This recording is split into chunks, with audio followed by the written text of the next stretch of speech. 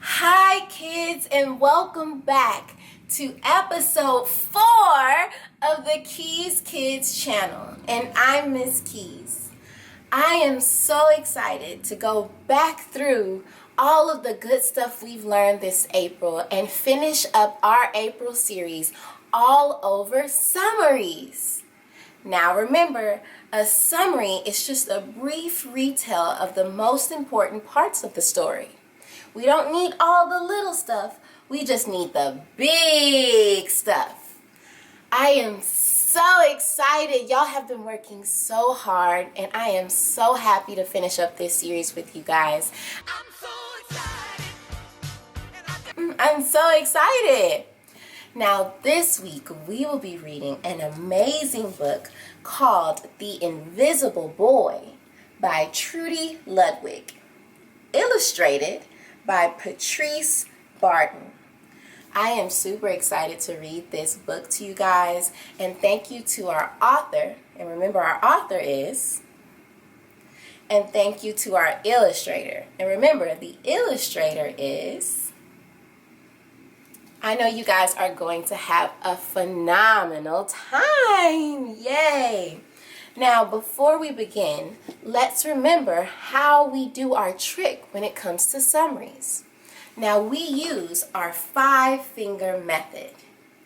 Somebody, wanted, but, this is our most important part, so, then. This is going to be another great adventure. I can't wait to read with you guys. Are you ready? I'm ready. Let's go! The Invisible Boy by Trudy Ludwig, illustrated by Patrice Barton. Can you see Brian, the invisible boy? Even Mrs. Carlotti has trouble noticing him in her classroom. She's too busy dealing with Nathan and Sophie. Aww. Nathan has problems with what Miss Carlotti calls volume control. He uses his outside voice inside too much. Sophie whines and complains when she doesn't get her way. Nathan and Sophie take up a lot of space. Brian doesn't. I can't quite tell if he's real. And why is he on a piece of paper? This is kind of sad. When the bell rings for recess, Micah and JT take turns choosing kids for their kickball teams. The best players get picked first. Then the best friends of the best players. Then the friends of the best friends. Only Brian is left, still waiting and hoping. That is so sad. I would pick you, Brian. I would pick you first. You look sweet as pie. JT glances in Brian's direction and just as quickly looks away. We've got enough players for each team, he tells the others. Let's play ball! That is so mean. Everyone should play. You should never leave anyone out. That is not nice. In the cafeteria, Madison and her friends talk about her birthday party. The rope swing over the pool was awesome, says JT. Yeah, so was the water slide, adds Fiona. That was the best pool party ever. I'm so glad you guys had fun, says Madison. Everybody did, except Brian. He wasn't invited.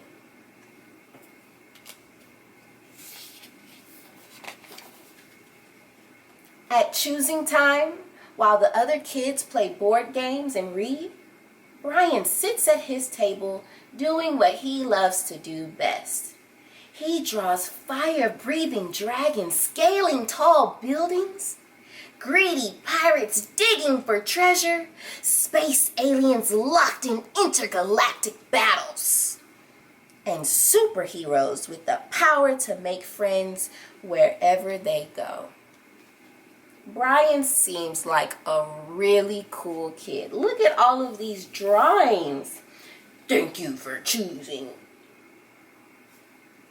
Brian seems like a really cool kid. Look at these drawings he did. Thank you for toasting my marshmallow. I got you now. Hey, friend, have a cookie. Crackers. Arr. Brian seems like a really cool kid. Look at these awesome drawings. I wish I could draw like that, and I would definitely be his friend. I'll make up the funny people and he can draw the pictures. On Monday morning, Mrs. Carlotti introduces Justin, a new student, to the class. Brian smiles shyly at him. Some of the other kids sneak looks at Justin, trying to figure out if he's cool enough to be their friend. They haven't quite made up their mind yet. I don't need you to be my friend. I'll be my own friend. At lunch, Madison and JT watch Justin eat with chopsticks. What's that? Asks Madison as she points at Justin's food. It's bulgogi. What? Bulgogi. It's Korean barbecue beef. My grandma made it for me. It's really good. Do you want to try some? There's no way I'd eat boogerji. And the kids laugh. All of them, that is, except Brian. He sits there wondering which is worse, being laughed at or feeling invisible. Look, me and JT would have to have had a talk because you're not that funny, sir. And we didn't want to let you eat my boogery or whatever you called it. You little rude. You little rude, JT. Rude, rude, rude. We don't like it. The next day, when Justin goes to his cubby to put his backpack,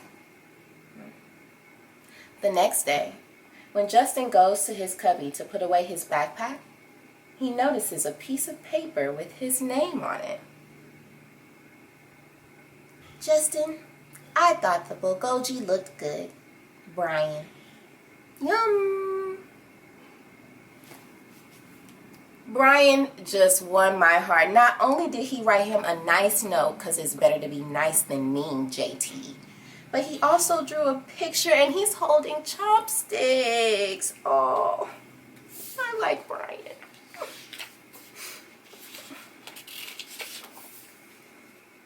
At morning recess, Brian finds a piece of chalk on the ground and starts drawing away. You're Brian, right? Yeah. Thanks for the note. Hey, Justin! Emilio calls out from the tetherball court. You're up next! Sorry, I gotta go, says Justin. By the way, that's a really cool drawing, he adds before taking off. Back in class, Mrs. Carlotti asked the kids to team up in 2s or 3s for a special project. The kids scurry around the room to pair off. Brian heads towards Justin. I'm already with Justin, says Emilio. Find someone else. Brian looks at the floor, wishing he could draw a hole right there to swallow him up. Mrs. Carlotti said we can have up to 3 people in our group. We're only 2. Come on, Emilio. Let him work with us. Okay, I guess. Like I said, it's always better to be nice than be mean. And it's always nice to have somebody stand up. Like I said, it's always better to be nice than to be mean. You never know how kindness can make something. Like I said, it's always better to be nice than to be mean. One act of kindness can change someone's day. It's worth it, I promise. Mrs. Carlotti gives the class directions for the project. Your assignment is to work together to write a story about what you see in the photograph. Use your imagination and have fun. Whoa, cool, says Emilio. What kind of people do you think live in houses like that? I don't know, but I bet Brian could draw them to go with our story, says Justin. Brian smiles as he takes out his lucky pen. How cute. Look at them getting to draw. Even when Amelia thought Brian wouldn't be a good help to the team, it looks like he is fitting in perfectly. The crooked story we made up on the spot. That looks awesome. Aww. That looks great. Go them. It's lunchtime again. Brian's least favorite part of the day. Another 20 long minutes of kids talking and laughing with everyone else but him. Brian! He hears someone shout. Hey, Brian! Over here! Brian turns to see Justin waving him over. Amelia nods at Brian as he makes room for him at the table. Cookie? Thanks. Maybe, just maybe, Brian's not so invisible after all. Wow, that was amazing. What a lovely book. Oh, I loved it. It touched my heart. It's always better to be kind, guys. Just a little extra tidbit. Okay. Y'all ready for the good stuff? The stuff we've been waiting for? You ready to make your summary? Let's go! So remember, when we make our summary, we use our 5-finger method. Somebody, wanted, but, so, then. You ready? So who was our somebody? That's right, our somebody was Brian, our invisible boy. What did Brian want? Brian wanted to just be included with all the other kids in his class, to feel wanted. But what happened?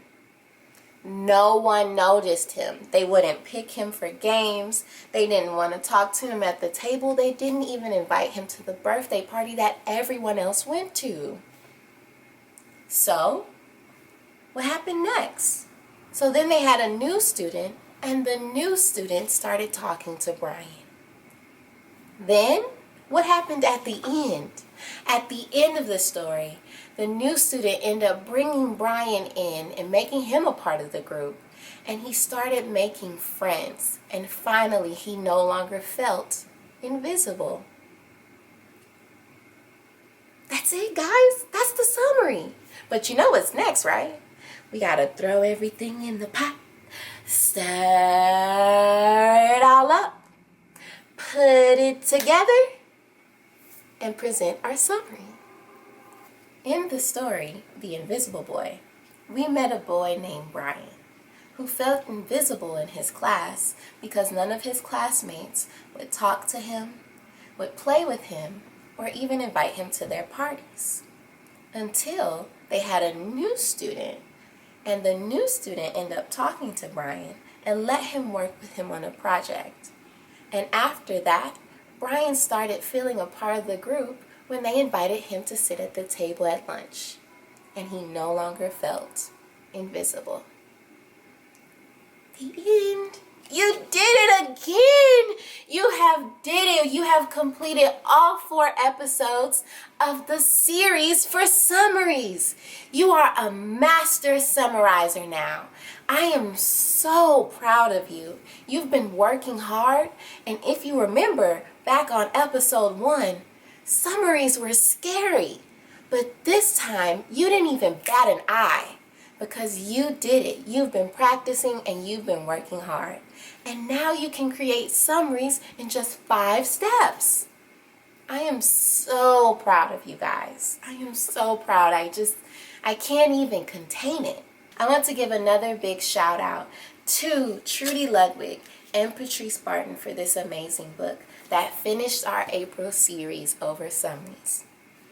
And you can go check out the Keys Kids channel on Instagram this Monday to not only get the sneak peek of the book, but the sneak peek of what our May series is going to be all about.